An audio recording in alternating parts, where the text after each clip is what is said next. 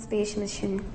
So today we are joined by Dr. Anil Bharadwaj, Director of PRL,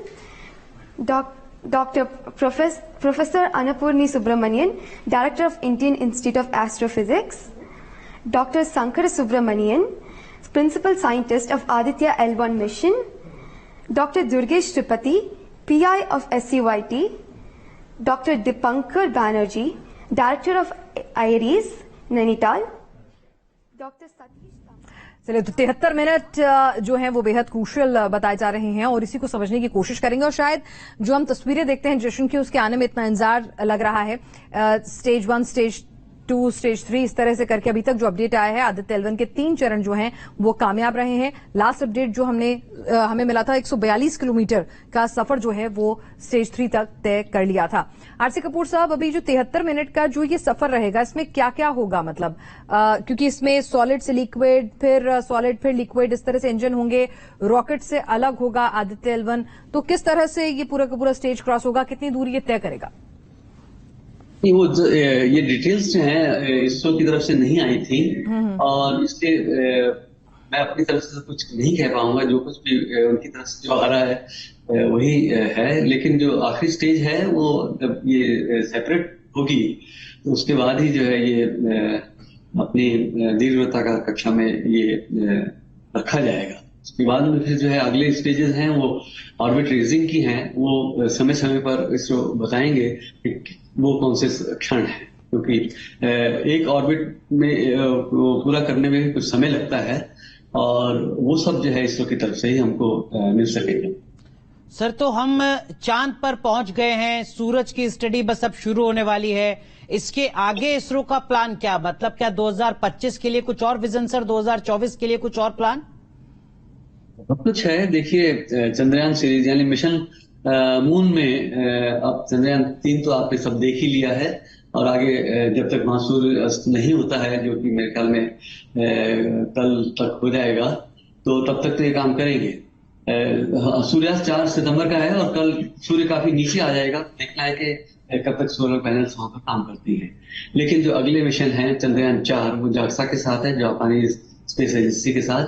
Chandrayaan 5 की भी बात हुई है और चंद्रयान 4 शायद 2026 में जाएगा। और इसके अलावा वीनस मिशन है। वीनस मिशन बड़ा एक्साइटिंग है क्योंकि वीनस जो है सबसे ज्यादा रहस्यमय है। जैसा कि यथानाम तथा गुण, ऐसे तो हमारे यहाँ जो है वीनस मेल है, शुक्राचार्य के साथ उनको आइडेंटिफाई करते हैं, लेकिन बाकी दुनिया में वीनस फीमेल है। तो वो रहस्यमयी है और क्योंकि उसके ऊपर घने बादल छाए रहते हैं, तो एक प्रोब जो है सिंथेटिक इमेजिंग रडार वहां उतारा जाएगा। यद्यपि यान तो पूरा चक्कर लगा के जो अध्ययन करना है सो करेगा, लेकिन उसका जो एक इंटरेस्टिंग हिस्सा है वो सिंथेटिक इमेजिंग रडार है, जिसको कि उस वीनस की बादलों के थ्रू जो है उसकी सतह की तरफ उतारा जाएगा। तो शायद शुरू के 30 मिनट से लेकर 60 मिनट तक ही उसके साथ कम्युनिकेशन रहेगा, क्योंकि उसके बाद हम नहीं जानते क्या हो जाएगा। लेकिन वो जो 30 मिनट से 1 घंटे का पूरा समय है, उसमें बहुत कुछ जानने को मिलेगा। इसके अलावा ऑर्बिटर मिशन 2 भी है, तो वो देखते हैं वो किस समय उसकी तारीख इसरो हमें बताएंगे। सर, आदित्य L1 की लॉन्चिंग के तकरीबन 30 मिनट होने जा रहे हैं। अब तक का जो सफर है, इसरो की तरफ से लगातार अपडेट्स आ रही है, वो सफर कामयाब रहा है, सफल रहा है। जो शुरुआती वक्त होता है सर, वो कितना महत्वपूर्ण होता है किसी भी लॉन्चिंग के लिए, और ये जो 30 मिनट है, ये किसी भी लॉन्चिंग के लिए कितने महत्वपूर्ण? देखिए, हम सबसे महत्वपूर्ण जो समय है उसमें से हम गुजर चुके हैं, जो सबसे क्रूशियल था जिसको हम कहेंगे। और अब जो है वो हर स्टेज अपने अपने हिसाब से जो काम कर रही है, तो जो इच्छित ट्रेजेक्ट्री है, जो कि एक दीर्घवृत्ताकार ट्रेजेक्ट्री है, अर्थ बाउंड ऑर्बिट यानी पृथ्वी से बंधा हुआ जो कक्षा है, अभी वहां तक पहुंचना है। तो अब तक कह सकते हैं सो फार सो गुड।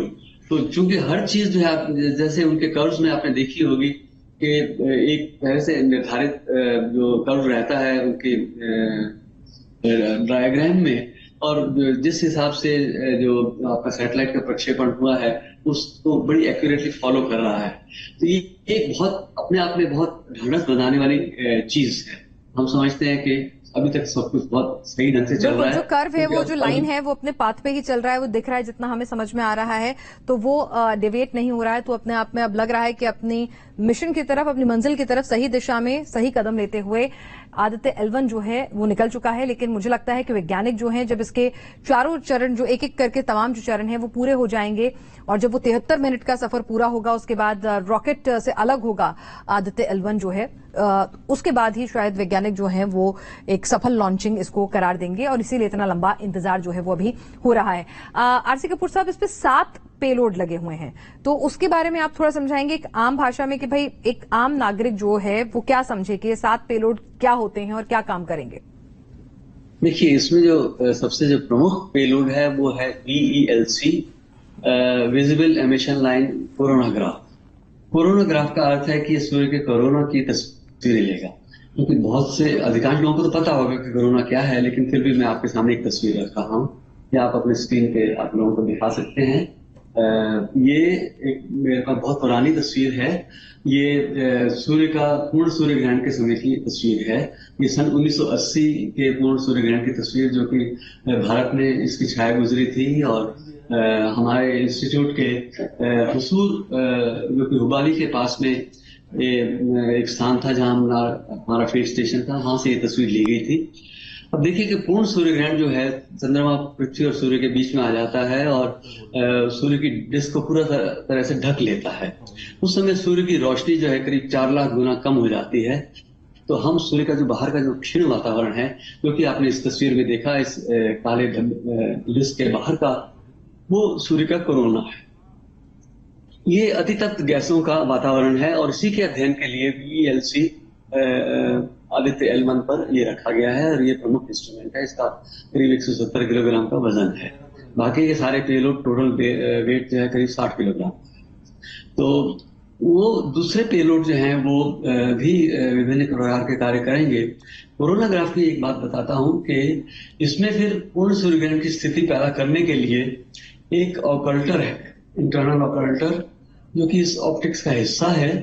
वो सूर्य की डिस्क को ढक लेगा और तब क्योंकि इतनी ऊंचाई पर स्कैटरिंग के लिए कुछ भी नहीं रहेगा, उस वैक्यूम में इस इंस्ट्रूमेंट को काम करना है, तो जो कोरोना है उस समय वो नजर आएगा और वो विभिन्न तरंगों पर, यानी कि तरंग दैर्घ्यों पर, जिसको वेवलेंथ कहते हैं, अलग अलग वेवलेंथ्स पर इसके सूर्य के कोरोना की तस्वीरें और वर्णक्रम लिए जाएंगे। तो उसके जरिए जो है जो डेटा हमको हासिल होगा, सूर्य के कोरोना के बारे में हम ध्यान कर सकेंगे, जो कि पूर्ण सूर्य ग्रहण की जो अवधि आमतौर से रहती है कुछ सेकंड से लेकर 7.5 मिनट तक। आमतौर से हमको जो पूर्ण सूर्य ग्रहण का जो समय मिलता है 1.5 मिनट से लेकर करीब 2 मिनट तक का आमतौर से मिल जाता है। यहाँ पर ये सारा साल, यानी कि 24 घंटे से लेकर सारा साल, और जितनी मिशन लाइफ है वो हर समय जो है हमें सूर्य का कोरोना अब उपलब्ध रहेगा। तो ये एक बहुत बड़ी उपलब्धि रहेगी। नासा का अपना जो सोहो है, सोलर हीलियोस्फीयर ऑब्जर्वेटरी, वो भी L1 पर है। वो 1995 से सूर्य के अध्ययन कर रहा है। सूर्य के कोरोना के बारे में काफी कुछ जानकारी मिल रही है।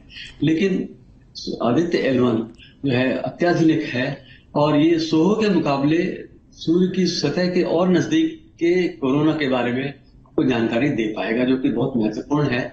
और हमको एक बात जो समझनी है, क्योंकि संसार भर में सभी सौर वैज्ञानिक जानना चाहते हैं कि जब सूर्य की सतह करीब 5700 डिग्री पर है, तो सूर्य का कोरोना जो है उसकी सतह से जब हम दूर जाते हैं तो करीब 1 मिलियन से लेकर 2 या 3 मिलियन डिग्री तक पहुंचता है। यानी कि 10 लाख डिग्री से लेकर करीब 20-25 लाख या 30 लाख डिग्री तक उसका टेम्परेचर पहुंचता है। तो ये हीटिंग ऐसे कैसे होती है जी? तो हम इतना तो जानते हैं कि सूर्य के अंदर जो है बड़ी जबरदस्त हलचल रहती है और मैग्नेटिक फील्ड उसकी बड़ी स्ट्रांग है। वहां से ये सब इस प्लाज्मा और मैग्नेटिक फील्ड का जो आपस का इंटरेक्शन है, उसका जो उनके कारण जो है वो सारी जो हलचल है, वो एनर्जी डिपोजिशन जो है सूर्य की बाहरी लेयर्स में होता है। तो तब ये जो है हीटिंग इतनी पैदा होती है। किस तरह से होता है यही सब समझ। बिल्कुल। तो ये सूरज की सतह के राज और साथ ही सोलर जो हाई एनर्जी प्रोटॉन्स जो हैं और इलेक्ट्रोमैग्नेटिक फील्ड जो है, जो हमारी सैटेलाइट्स को, वायुमंडल को, जो सूरज की सतह पर आने वाले तूफान लगातार इफेक्ट करते हैं, उनकी स्टडीज भी जो है वो की जाएंगी, जिससे कि मदद मिल सकेगी एक अर्ली वार्निंग सिस्टम डेवलप करने में अपनी सैटेलाइट्स के सुचारू रूप से कामकाज के लिए। अनुराग, बिल्कुल। और ये तस्वीर हम आपको दिखा रहे हैं, ये अब से तकरीबन 30 मिनट पहले की तस्वीर है श्रीहरिकोटा की, और यही वो तस्वीर है जिसने इतिहास रचा है, यही वो तस्वीर है जो हर भारतवासी को गौरवान्वित महसूस कराती है, यही वो तस्वीर है जिसके साथ शुरू होती है सूर्य की स्टडी करने के लिए शुरू हुए सफर आदित्य L1 की। ये तस्वीर आपको दिखा रहे हैं, आदित्य L1 की लॉन्चिंग हो चुकी है, 3 चरण सफल हो चुके हैं। इस वक्त की बड़ी अपडेट आपको बता रहे हैं, और जो जानकारी श्रीहरिकोटा सेंटर से सामने आ रही है उसके मुताबिक अब से थोड़ी देर में 4था चरण भी सफलतापूर्वक पूरा किया जाएगा। बिल्कुल, यानी कि 73 मिनट के उस पूरे सफर में जब रॉकेट से ये लॉन्च हो जाएगा, आदित्य L1 जो है वो अलग हो जाएगा और उसके बाद फिर अपना सफर आगे का पूरा करेगा, जो लगभग 4 महीने बाद L1 अपनी मंजिल पर पहुंचेगा। उसका इंतजार है और उम्मीदें यही कि नतीजे पॉजिटिव ही आएंगे।